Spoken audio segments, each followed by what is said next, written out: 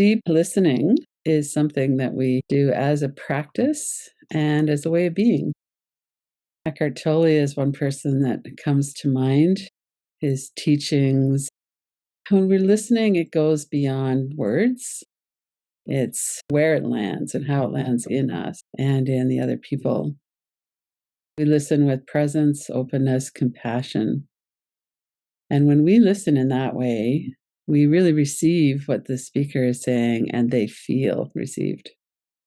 We need to bring our full attention to this moment. And when we're practicing listening, we practice setting aside other thoughts, other distractions. What a gift it is to give someone the gift of our undivided attention and presence. It's hard to listen. Part of what makes it hard is that we're activated by previous experiences and memories.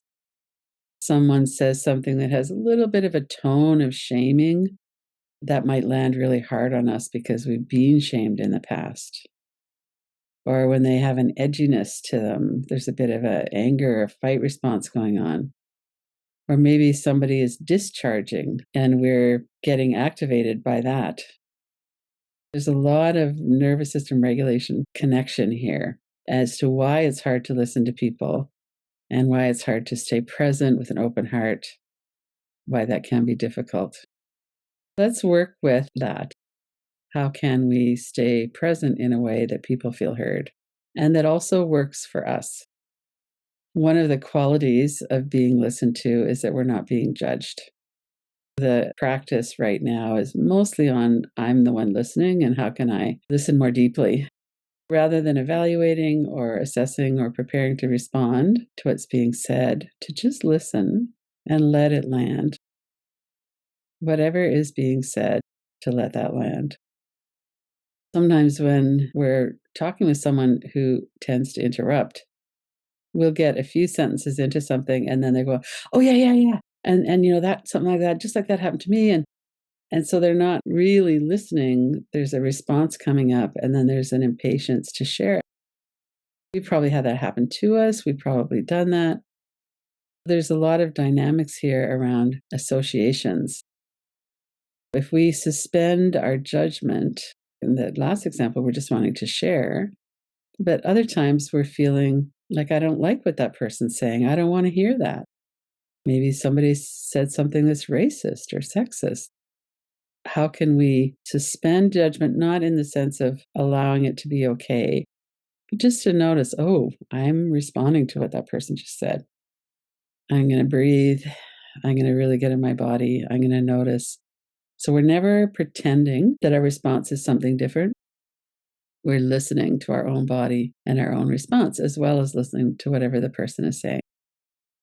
Deep listening is not only the words, but it's tone, body language, the pace at which they're speaking. What's our body language? What's their body language? And we're listening for the emotions.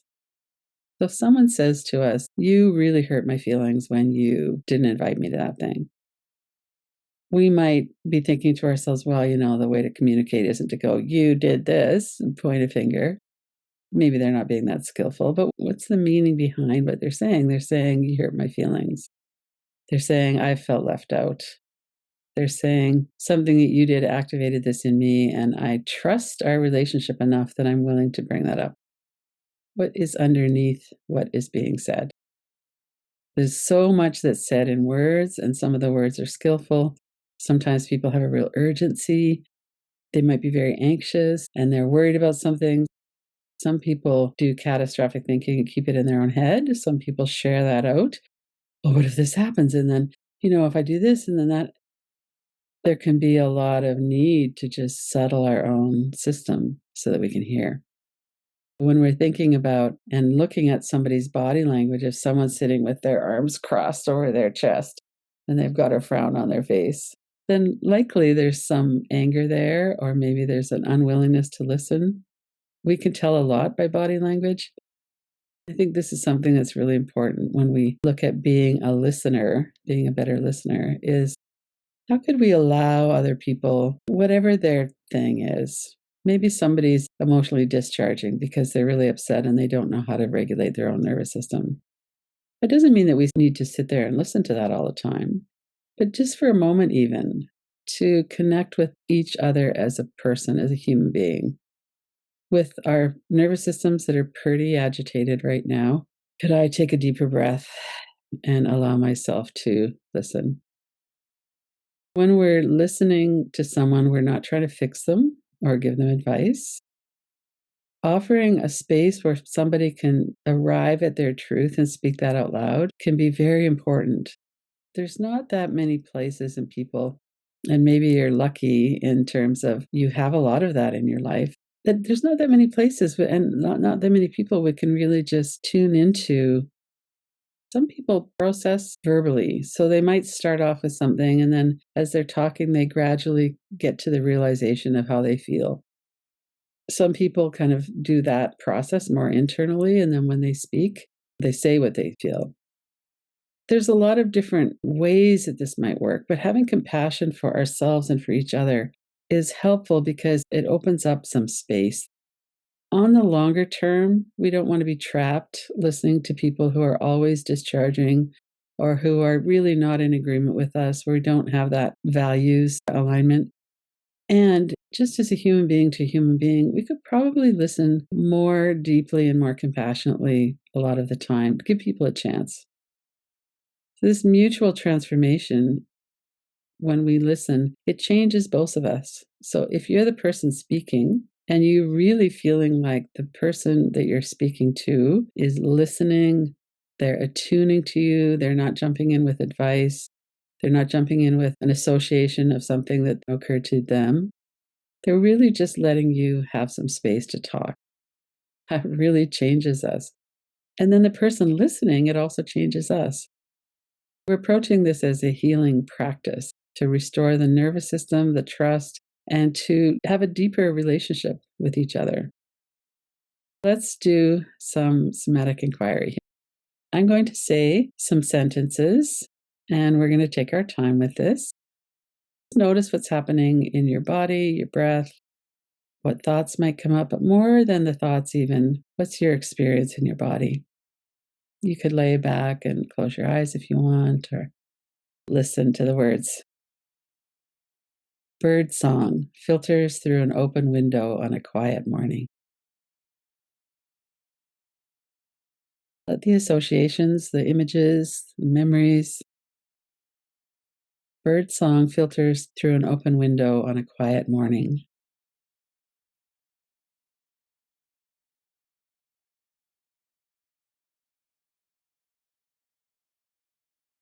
Take a few breaths.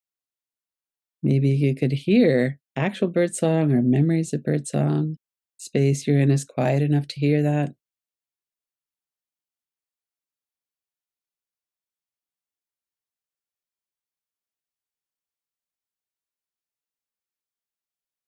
And there's another one, the sound of pages turning in a book.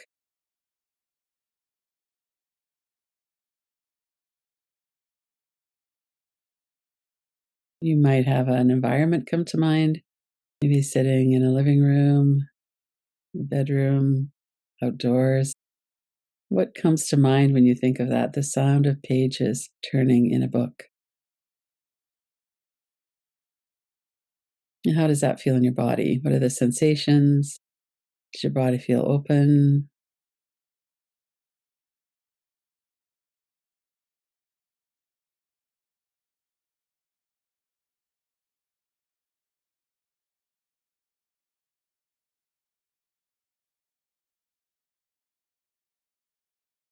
And we notice our bodies soften.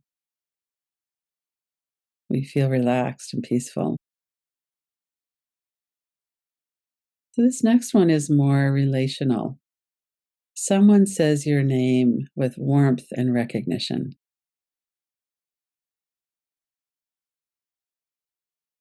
Someone says your name with warmth and recognition.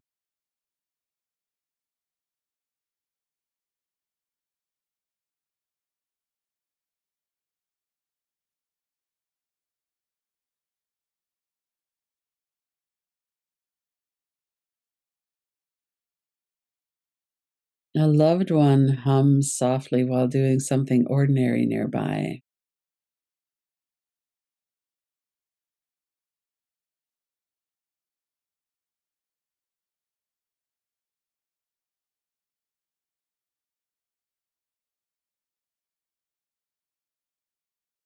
And this might be something that you have as a memory or something that you can imagine.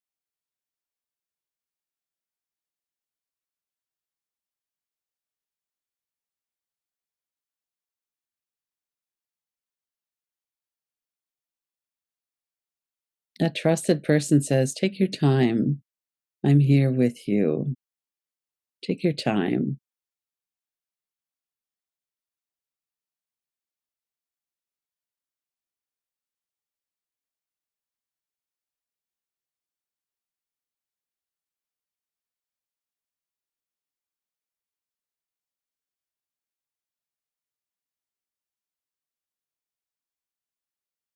Whichever one of those feels most resonant. Someone says your name with warmth and recognition. A loved one hums softly while doing something ordinary nearby. A trusted person says, "Take your time. I'm here with you." Let yourself sit with whatever one of those draws your attention.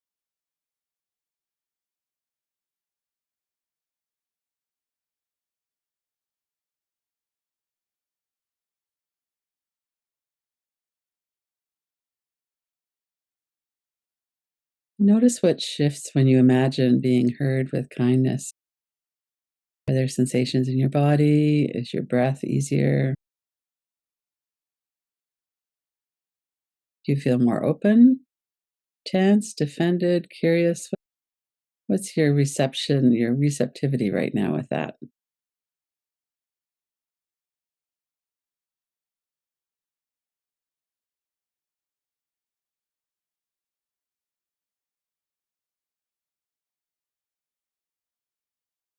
And let's move into something a little bit more difficult now. Someone raises their voice in anger across the room.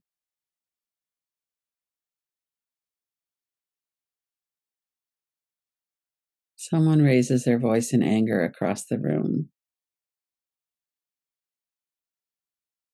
And stay here in this moment. Notice that you're here. You could open your eyes if you need to just anchor into this moment. What's your response? Someone raises their voice in anger across the room.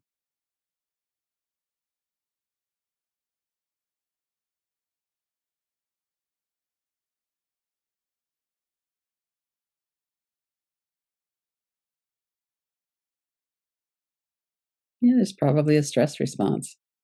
We might brace ourselves, want to move away, maybe hold our breath. Take a deep breath. We'll move to the next sentence in this category. You are cut off mid sentence during a meeting or during a conversation. Someone cuts you off. You're cut off mid sentence during a meeting.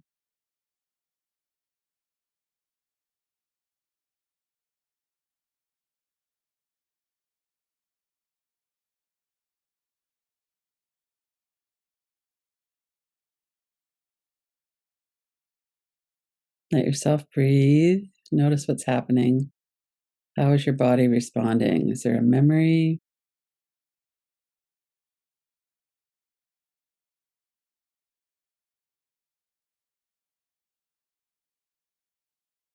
We might really feel that in our throat. Our words are not welcome. We have to hold back. We're cut off mid sentence.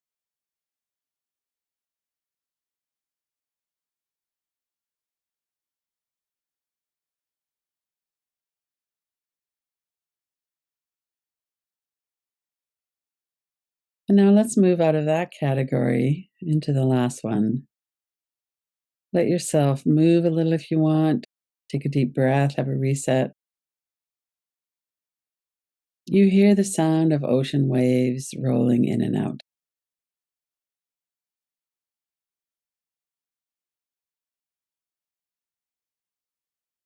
It might be the sound of waves on a lake, something you're familiar with. You hear the sounds of ocean waves, that gentle rolling in and then receding.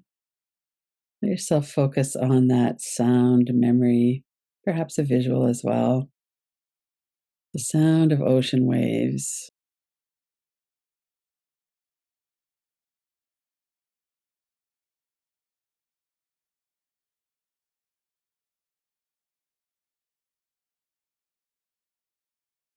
Bring all of your senses into the experience.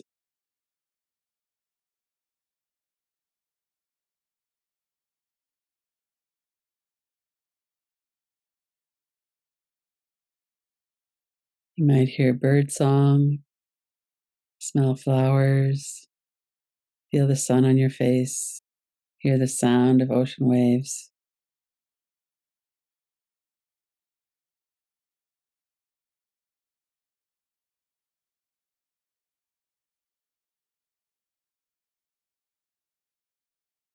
A close friend says, I hear you, I care.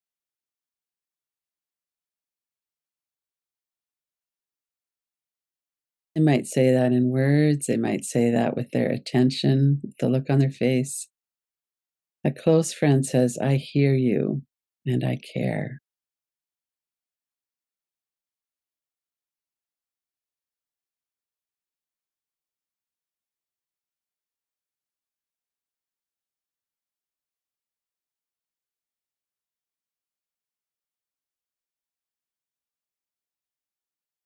Let yourself absorb that. And the mind might come in with examples of when someone's cut you off or when you feel not listened to. But right now, we're bringing in an imagined or a memory of a close friend who's really attuning to you. I hear you. I care.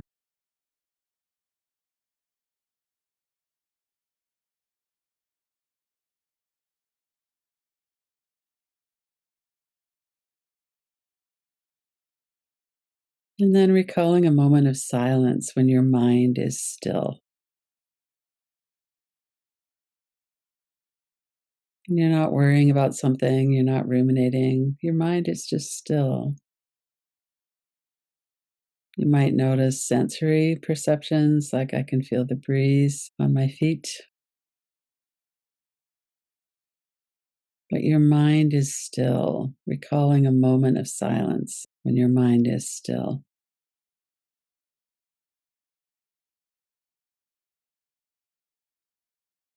Notice your body, your breath.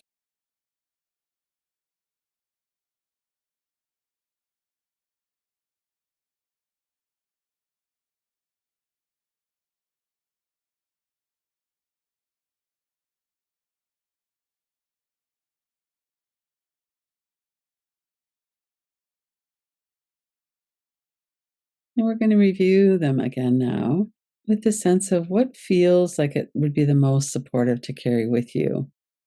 We're looking at how we're responding. We started with the bird song, the sound of pages. Felt relaxing, our mind perhaps quieted, our body softened. Then a trusted person says, take your time, I'm here. I'm here with you. Someone says your name with warmth, recognition, happy to see you. A loved one hums softly while doing something ordinary nearby. We shift when we're heard with kindness.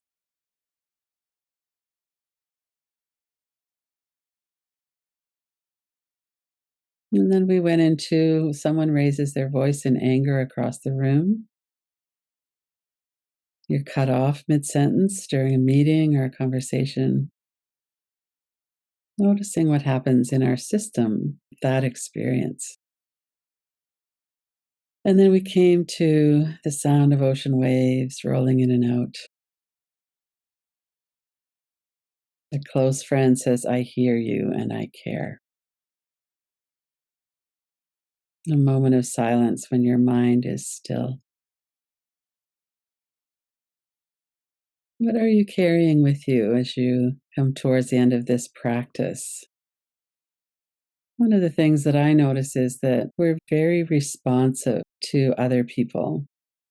We're responsive to thoughts about other people. We're responsive to something that feels, I need to brace myself. And then also, we can move fairly quickly into, I'm sitting beside the ocean, I hear the waves. Or somebody is wanting to be with me, they say my name with care. This is just one of those practices that can bring us into awareness of how we respond. And as we know more about how we respond, then we can take that out into our relationships and practice with each other. That's something that can really change how we are with each other in relationship. So thank you for being willing to do the practice. Thank you for being here with us together to do that.